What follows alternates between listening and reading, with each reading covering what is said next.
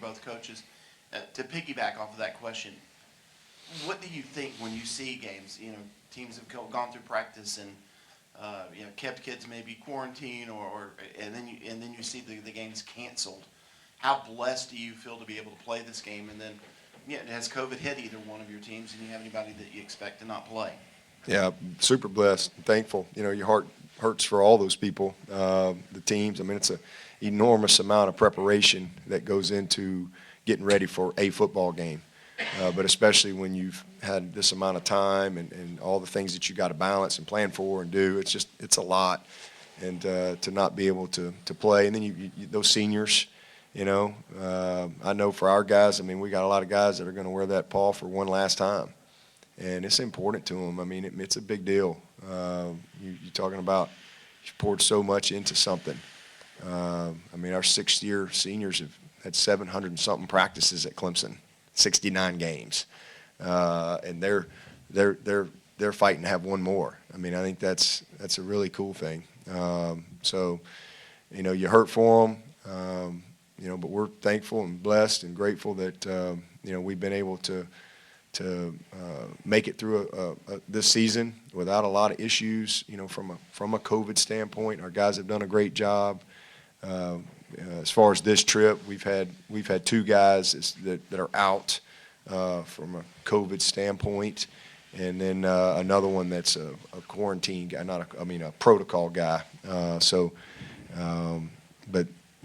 outside of that, we've been in good shape. Yeah, and I would just say the same comments about what Coach said. Thankful and grateful we get the opportunity to play. I think your heart hurts for the teams and certainly the young 18 to 22-year-olds to put the time and effort to prepare to train, to go play in that game. And whether it's 3 days out, 4 days out, 5 days out, that game doesn't go. I think that's really hard, especially for the seniors.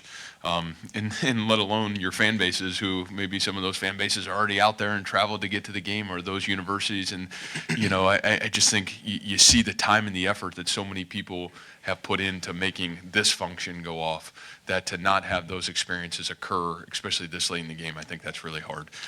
Fortunately, from our end, we've been in a really great situation from the COVID standpoint. Our kids have done a great job. We hadn't had any issues this season, and as of right now, we don't have any issues.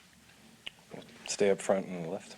Coach Swinney, you have one of the better defensive teams, allowing 15 points a game in the nation this time. You elaborated before about how much talent you have up and coming. A lot of that's on the defensive line there too. How do you prepare younger guys against a quarterback whose experience is Brock Purdy? He's going to be on his way out. He's graduating. Got a couple guys I think that are sophomores that are your top sack guys. Are there any intangibles you prepare them for in that situation? No, I just think you get ready for who they are and what they do. I mean, it's a great player. He's a gamer. I mean, you have to.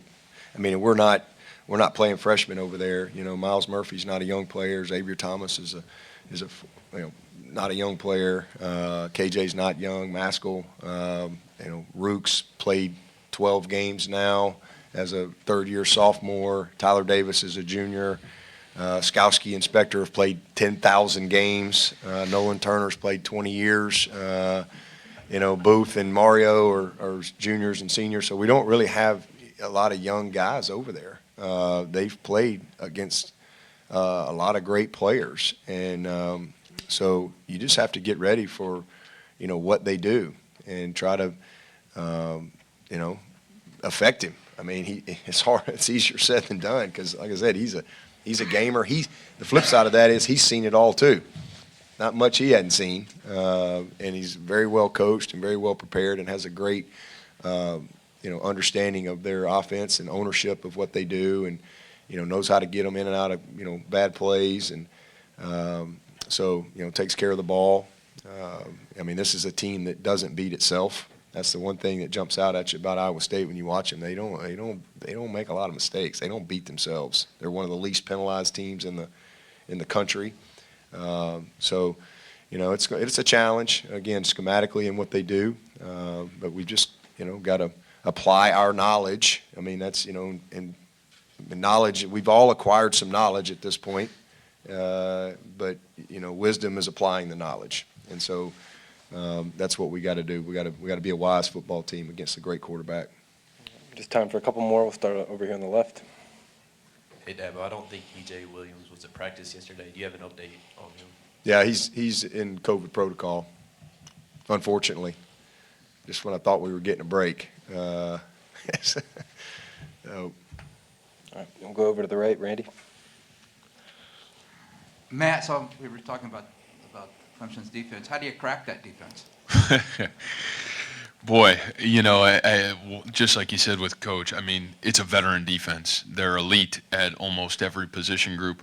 I think when you have really talented players that have great experience like Coach has, the way they've played really through the entirety of the football season, it's a great challenge for our football team. And, I think it really starts up front for them. And then you look at that secondary and the veteranness of the linebacking crew. I think from our end, you got to try not to make mistakes on the offensive side of things in some way, shape, and form as you go into it, because you're going to get, a great team that's going to have great experience. It's going to put great pressure, on all phases of what you try to do offensively. So, I think the starting point is doing a great job of not making mistakes on the offensive side of the football. Final question on the left. Dabo, how big of a concern is it now that your lack of depth at wide receiver? well, we've had 7 scholarship receivers out in the last 2 games, so we're beyond that now. We just roll with it. We're experienced at not having guys. And really nothing to do. Get the next guys ready.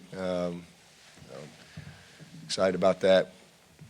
All right. Gentlemen, thank you for your time. Good luck tomorrow. Thank you. All right, appreciate it.